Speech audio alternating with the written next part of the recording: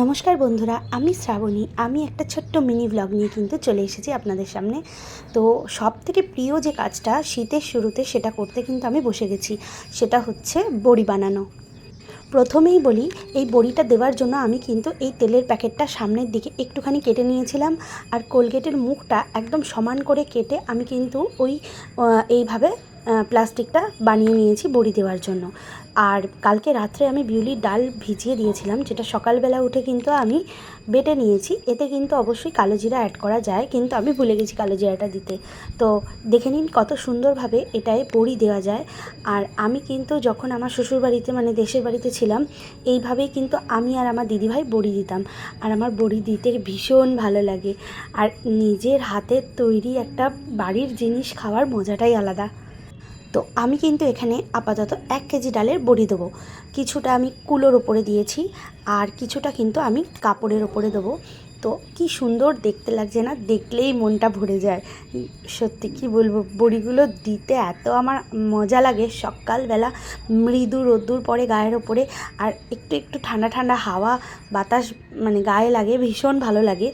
আর এটা কিন্তু শীতের শেষের দিকে বড়িটা দেয়, কিন্তু আমি এবারে যেহেতু আগের বছর দেয়া হয়নি, ওই জন্য এবছর কিন্তু আমি খুব তাড়াতাড়ি মানে শীতের শুরুতেই বসে পড়েছি বড়ি দেওয়ার জন্য। তো এই যে এইভাবে করে আমি পুরো ডালের বড়িটা কিন্তু দিয়ে নেব। আপনারা কে কে হাতে করে বড়ি বানালেন অবশ্যই আমাকে কিন্তু কমেন্টে জানাবেন। আমার কিন্তু ভীষণ ভালো লাগে এই বড়িগুলো দিতে। এবং বাড়িতে আমি কিন্তু বানালে বাড়িতেও সবাইকে দিই, বা আমার বন্ধুবান্ধব বা আমার রিলেটিভ যারা রয়েছে আমি তাদেরকে দিই। তো আপনারা কাকে কাকে দেন বা কীরকমভাবে খান আমাকে কিন্তু অবশ্যই জানাবেন।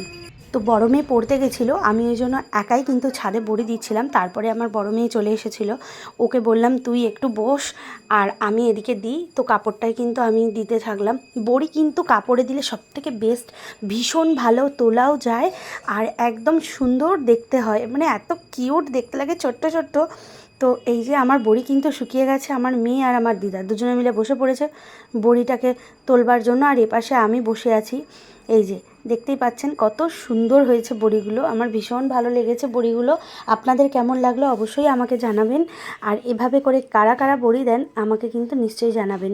আর আমি কিন্তু একটা গয়না বড়ি দেওয়ারও চেষ্টা করেছিলাম, কিন্তু দুঃখের বিষয় গয়না বড়ি আমি তো দিতে জানি না। তো ওই এবড়ো খেবড়ো হয়ে গেছে আর কি। আর সেগুলোকেই টুকরো টুকরো করে ভেঙে ওপরে রেখেছি। এই যে গয়না বড়ি ভেঙে টুকরো টুকরো হয়ে গেছে। তো আপনারা কে কে দিচ্ছেন আমাকে কিন্তু নিশ্চয়ই জানাবেন। আর আমার ভিডিওটা ভালো লাগলে অবশ্যই কিন্তু একটা লাইক, ফলো আর কমেন্ট করে যাবেন। টাটা। আবার কিন্তু আমি অন্য ব্লগ নিয়ে আসবো, এরকম ছোট্ট ছোট্ট। এনজয় করবেন আপনারা, আর অবশ্যই আমাকে জানাবেন কেমন লাগলো।